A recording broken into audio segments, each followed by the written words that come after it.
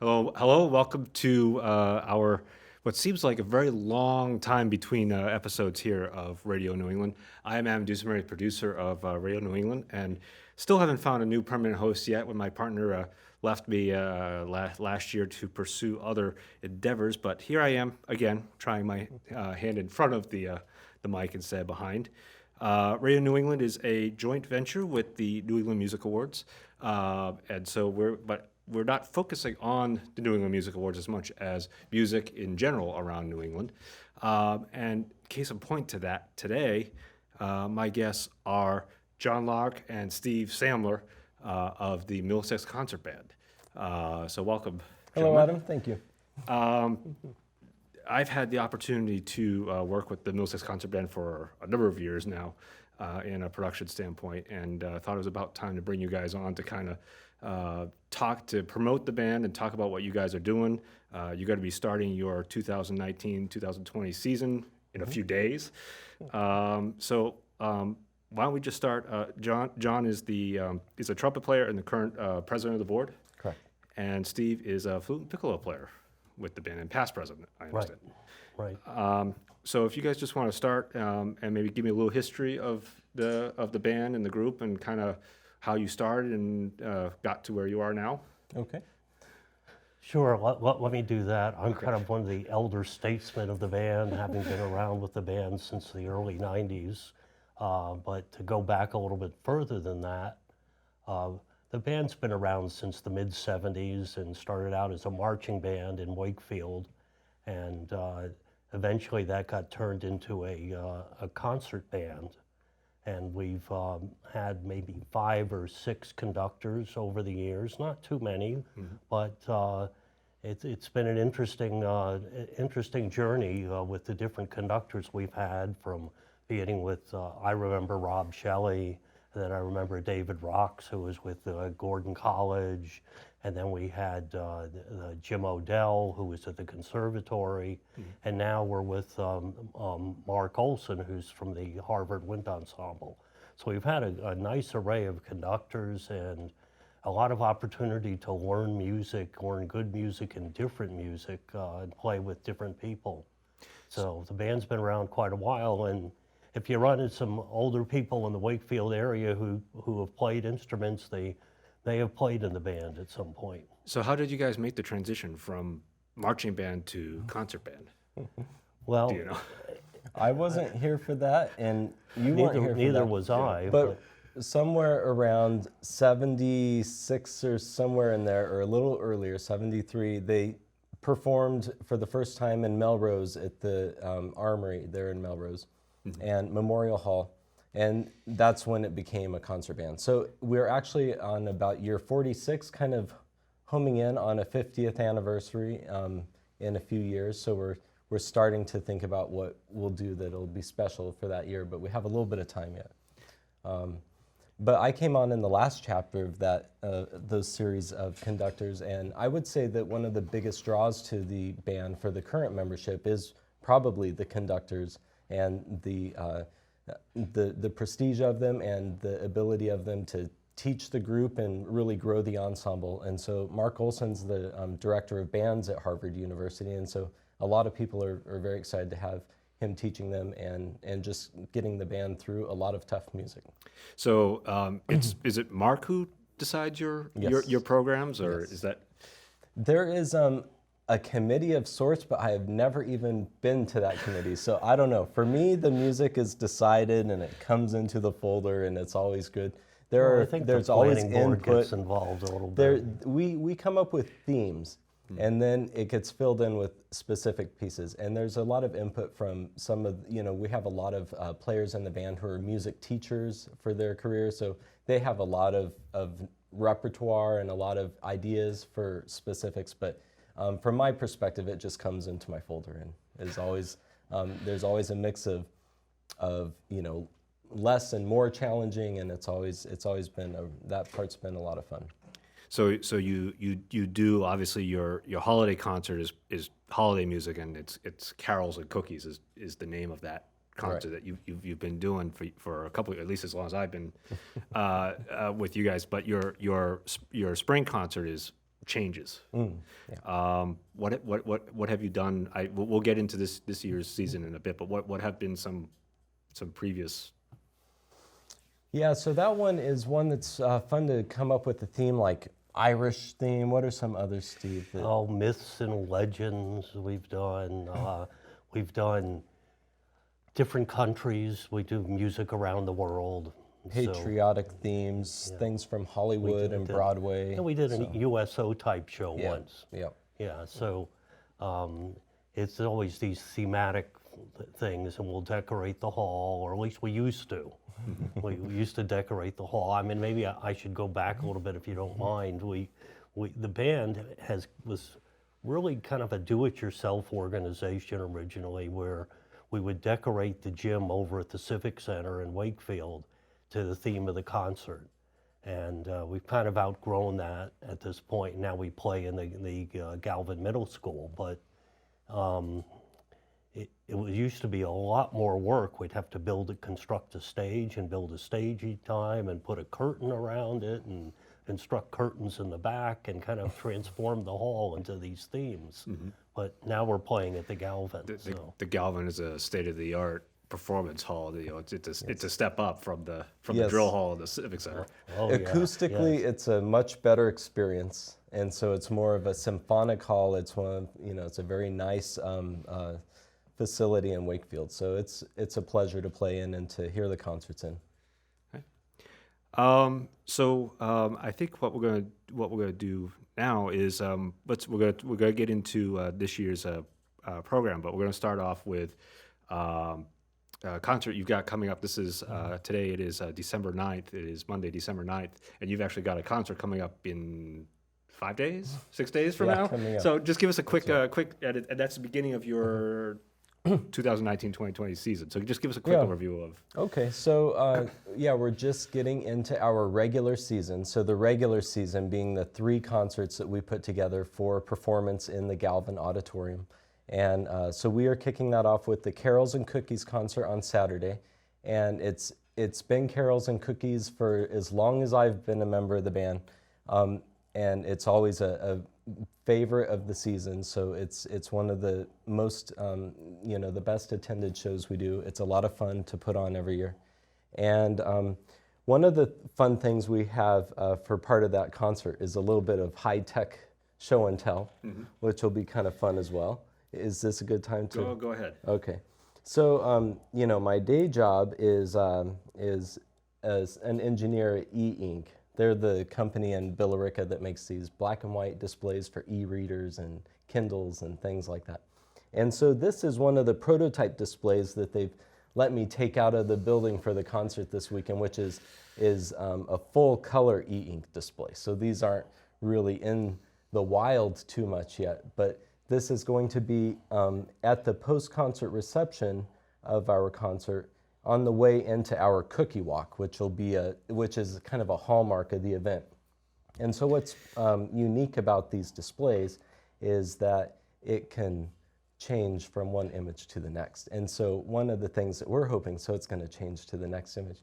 One of the things that we're hoping you can help with at our post-concert reception is to get some reactions from people in the line who see this, what looks like paper and colored paper, like switch to a new image.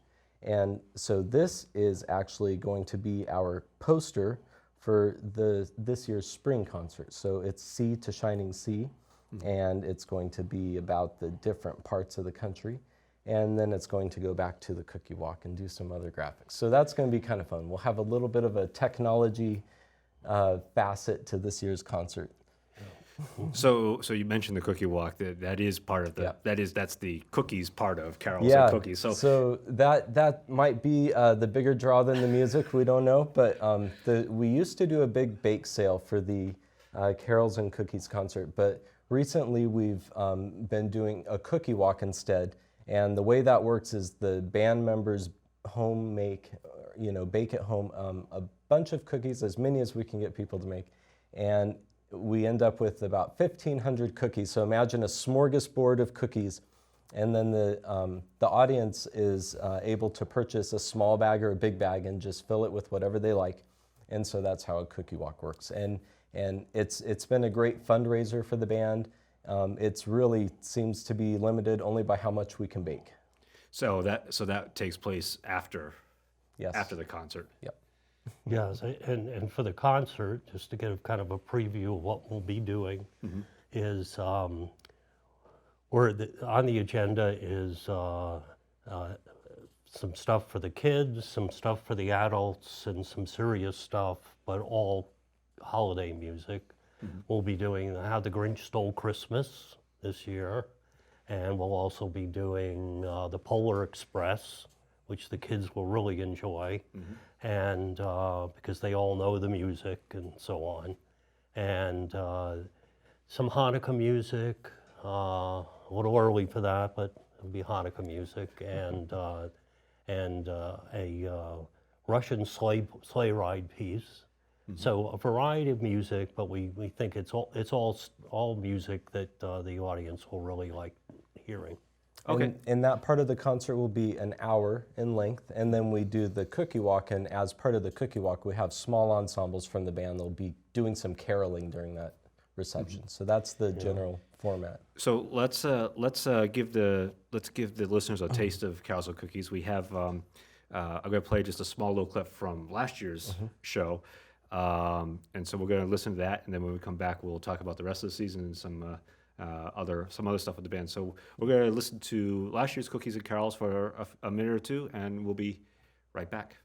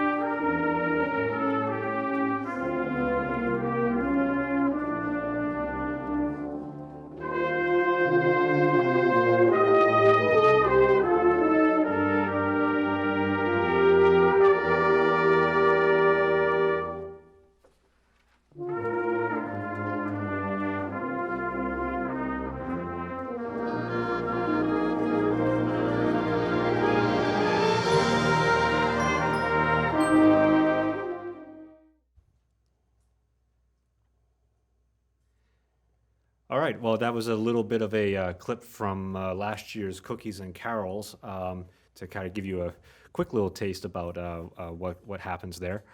By the way, we started off the show with a clip from what hopefully will be something we could talk about tomorrow. Hopefully, will be something ongoing in the future now. The Pumpkin Fest, which is a free outdoor concert you guys did in the fall.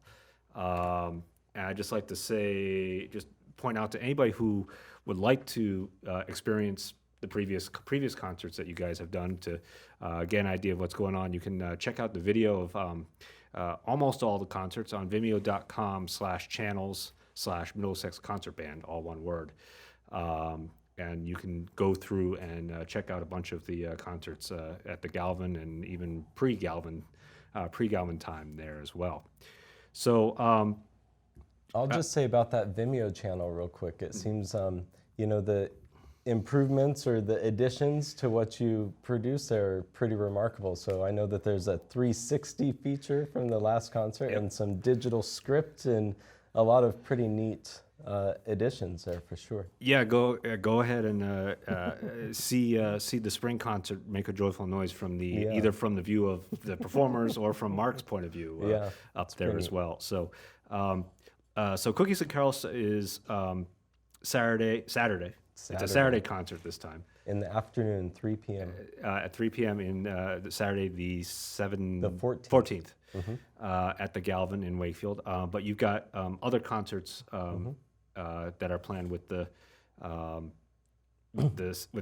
season. You'd mentioned from Sea to Shining Sea. Yep, Sea to Shining Sea, right? Which is your March concert. And that goes back to Sunday, I believe, right? Or is that still Saturday? That one we are doing on a Sunday in the evening. I believe we're going to try that. Yeah, we're really experimenting with some dates and times based on some audience feedback and things. So we're always trying to do some experiments to see what people like.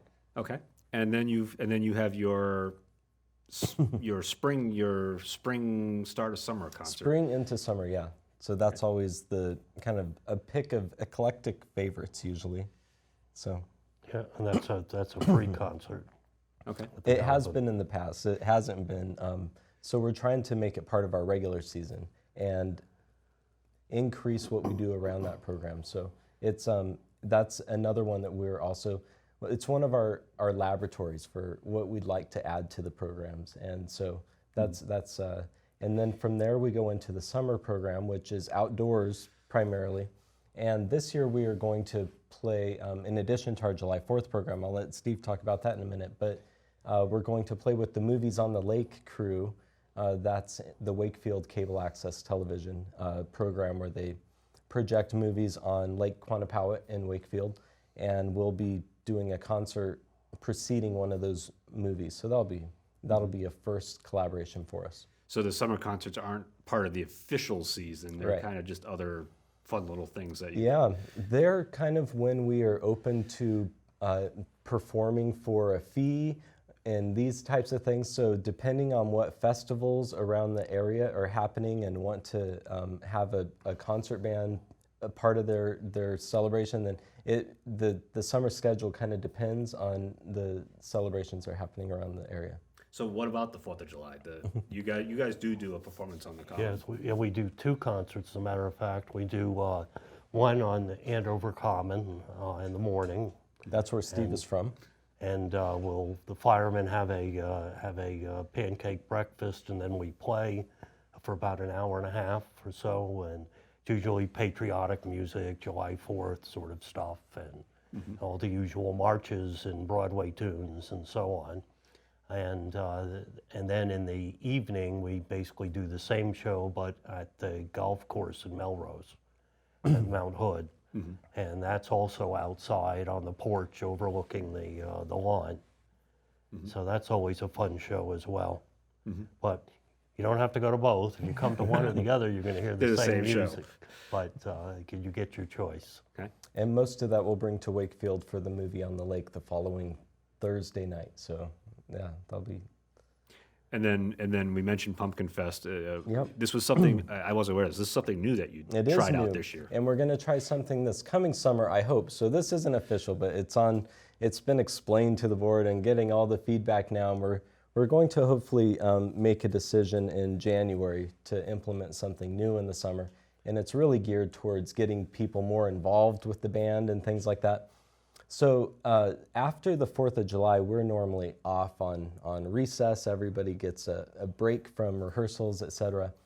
And that's still going to be the case. So that's always highly valued time of the band, to take a few weeks off. So during that time this year, one of the things I'd like to try is to open up on those Thursday nights for just sight reading for whoever wants to come and play their horn with us. These are kids that'll be home from college to visit, with their summer jobs and things that might want to kind of stay fresh during the summer a little bit, or people that haven't picked up their horn in a long time and can't commit to every Thursday year round. So this is just a chance for people to play with us that want to read through some music. And so we're going to hopefully do that from July 16th, I believe. No, I believe it's July 23rd through August 20th. There's 5 Thursdays in there. And in order to pay the rent to do that, we're going to charge everybody $5 if they want to come in, or $10 if they want to come more than once. They can have the whole series for $10. And that'll give people a chance to play with us. Maybe the last sight reading, maybe Mark will come and direct them, and I don't know. We'll see what happens, but it'll be a lot of fun. I think a good chance for people to just limber up their chops again and try playing. So tell us about, you start officially on Saturday. You kind of had a soft early start with Pumpkin Fest. What does the season look like for you guys? Well, so we've gotten into a rhythm where the first fall concert has been sponsored by a cultural council in Wakefield, and it's been a free children's concert open to the public, and we usually select music that you recognize from maybe Disney movies or cartoons, things like that the kids relate to. And so that's normally done in this gymnasium that Steve mentioned, where we used to produce all of our concerts or perform them, and that's in the AmeriCal in Wakefield. And that's so the kids can get at the level of the musicians, and they can color on some paper on the floor and just be kids rather than in an auditorium. But this year we had to improvise because that gymnasium was being renovated, the floor was being redone, it was unavailable. And rather than move the concert into an auditorium where I just don't think the kids would sit still. Formal. It's too formal. We found a collaboration with the West Side Social Club and did a concert on the municipal field in front of their club. And so it was a lot of fun. It was outdoors. It was a week or two before Halloween, so we had a lot of pumpkins around, and it was a family fall fun day kind of event. And we'll be doing that again this year. That'll be a lot of fun. And you even let the kids come out and try out some of the instruments after the concert. Petting zoo, instrument petting zoo. Yeah, we have what we call a petting zoo, and we have members who will lend their instruments to that effort and let the kids try the flute and the clarinet and the sax and the drums and so on. Okay. So if somebody wanted to get involved, I mean, either as either behind the scenes, helping with the cookie walk, refreshments, tickets, whatever, or even performing in the band, how would somebody get involved with you guys? Well, one of the things that we're starting just now, so we've not had a taker yet, but I am going to get this more broadly distributed, I hope. But our concerts tend to be $15 for adults and $12 for seniors and students. So that's the pricing. And kids are always free. Under 12 are kids. And so for a family, that can be, a $50 concert, and we want more families to come. So one of the ways that we will allow people to earn a ticket for their family is to help us poster for our concerts. And so we're going to announce a time when we can gather at the AmeriCal and then go up and down Main Street and Albion Street in downtown Wakefield and hang posters for our concert on Main Street. And so that'll be a chance for people to easily volunteer a couple hours of their time in exchange for admission to the concert for their family. So the Galvin, for anybody who hasn't been in the Galvin, we mentioned it's a beautiful space. State of the art, brand new. Would love to fill that auditorium Yes. to capacity. That's right. It's got a lot of room for expansion, for sure. And so we are working on that, on getting more people to hear about us through, Pumpkin Fest, wherever it is. So trying to change the venues that we do and the themes that we do to just draw more people. Last weekend we played at the Holiday Stroll in Wakefield, which is their annual December town event, and we did a small ensemble in the Bright View Senior Living Center. So we're just doing as many things like that we can so that people have heard of us, have our schedule in their hands and things like that. All right. Yeah, and then there's always the website, and people can go to the website and let us know they'd like to help, or there's a way to submit your name about what instrument you play, and if we're looking for people at the time, we'll gladly bring somebody in and have them play with us for a session and see if it works for both sides. But And your rehearsals are Thursday evenings during the season? That's what Yep, you guys do? Thursdays at 7:30, and if somebody wants, if somebody wants to play, they should be on the lookout on our website, for example, to get themselves added to the list about these sight reading sessions, and those would be at the West Side Social Club in Wakefield, and then those would be the 5 Thursdays in July 23rd through August 20th, and those would also be Thursdays at 7:30, so the same time in a relatively it's a nice hall at the social club. It's air conditioned. It's comfortable. So it'll be a fun place, I think, for people to get to know each other and read through some music. Now, is the whole ensemble going to be at that stuff, or is it going to be a smaller? It'll be whoever wants to come. I think that the people who come from the ensemble will probably come with a couple friends. And so we'll see. It's going to be an experiment, but I'm already generating a list of people who want to sight read like that, and so it's going to be a lot of fun. And then those people who have kind of loosened up their chops a little bit with us, maybe they'd be interested in playing some caroling small ensembles and things like that. So we're going to try to get more people involved with the band that can come together in groups of 6 and 8 and give some carols in the holiday season, etc. Or even after the performance at Pumpkin Fest. We have some performance opportunities there too. So we've been trying to give members of the band some opportunity to get together and do extra music if they want, and we've been trying to give people performance opportunities at these post-concert receptions. So there's going to be a lot of opportunities for people to play that want to play.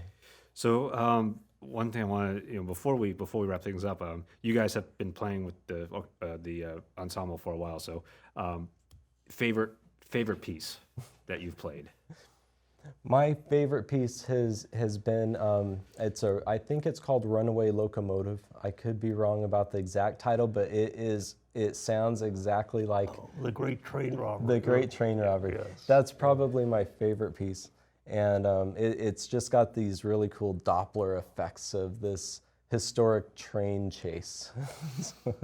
Yes, that was the one where they cut the train and it's rolling down the hill and they're trying to stop it. Yeah. The Disney movie. My favorite has to be Russian Christmas music, which is, not a lot of people have heard this, and we haven't played it for probably 5 or 6 years, but it's a piece of music that's based upon Russian Orthodox church music with the gongs and the bells and the wind chimes, and it's a terrific piece. If people have never heard it, I'm sure it's on Spotify. So,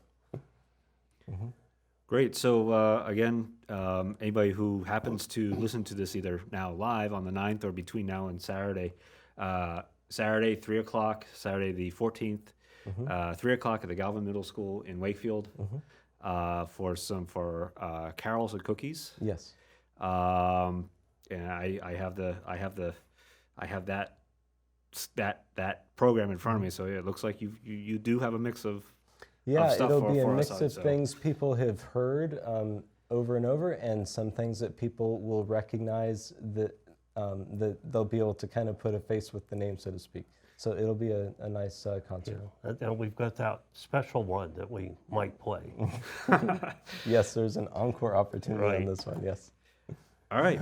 Well, And our website is mcbconcertband.org, so that has our schedule for the March concert, the May concert, and onward.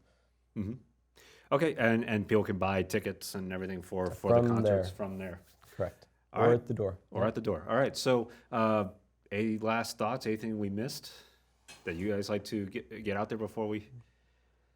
Well, I just I say, I mean, it's a great community organization, and I think the musicians really enjoy playing and providing music to the community, and having new people join us who are from Wakefield, Reading, and the surrounding area. So Yeah, it's a lot of fun. And it's a well-established group. We're honing in on the 50-year anniversary, and at the same time, we're a 1-year-old group because we've kind of risen out of the ashes, so to speak. In the past year, we got our rehearsal space burned down in a very large church fire in Wakefield. So we've had to rebuild our percussion section from scratch and raise a lot of money to do that, and find new rehearsal space, which we do in Reading now in a church, the First Congregational Church in Reading, for our regular season. And so Pumpkin Fest and all these things that are happening for the first time this year, everything's happening for the first time. And so it's really an interesting time to join, for example, because it does have a legacy, but it's also everything is on the table in terms of where it goes. Out of the tragedy of that church fire, the band is growing and renewing itself, and there's things we didn't know. One of the neat things about the Pumpkin Fest, so we did that in collaboration with the West Side Social Club. We met them because of our looking for rehearsal space and some of this, and so we did that joint event. And one of the things, we've played on the Common on Lake Quannapowitt many times, and when we played in Moulton Park, which is this municipal park, it's got a ball field and a soccer field and just a lot of green, and the foliage was really nice. So it's a really nice venue, but it's very quiet. It's in a neighborhood, and that was one of the things that I hadn't noticed, but that was Mark's comment during the intermission, I think, is you'd never heard a motorcycle tearing by or anything. It's just a very quiet performance space. So we've learned a lot as a group since the fire, for sure. So that's just one example. All right. Well, thank you, gentlemen, and good luck on Saturday. And look forward to hearing Cookies and Carols and the rest of the season. Again, mcbconcertband.org and vimeo.com/channels/Middlesex Concert Band to actually see these guys in action and listen to them. So with that, I'm Adam Dusenberry for Radio New England, and hopefully we'll be back soon with another episode.